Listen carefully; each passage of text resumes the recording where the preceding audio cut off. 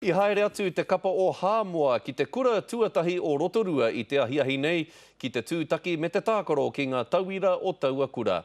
I reira a Hinarangi Goodman.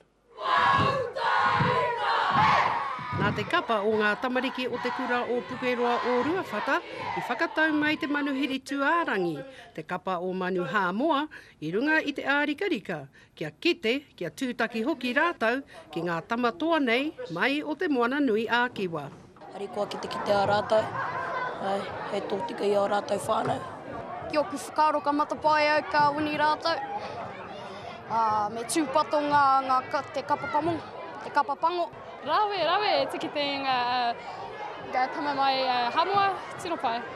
This is the competition all about. It's about bringing different culture and different language together. So, we've got to give it back to the kids and the future of the sport as well, yeah.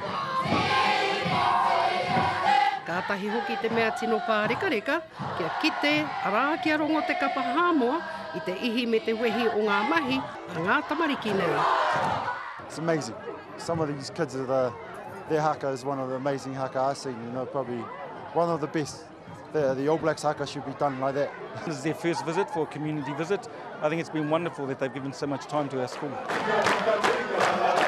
I runga i tā rātou Wikitoria o tērā tupo, ka tika herangia nō tēnei me ona āhuatanga katoa. That's the beauty of this competition. Country bringing their supporters and the teams, all they've got to do now is make sure their country are proud of them. I mean, it's great the way that they've been able to connect with the kids and that as well. So our children have really enjoyed them. Ahakoa he wāpoto noa I nōhia e te manuhiri, engari he koura ki ngā tamariki o te kura nei. Ko Hinarangi Goodman, mō te karere.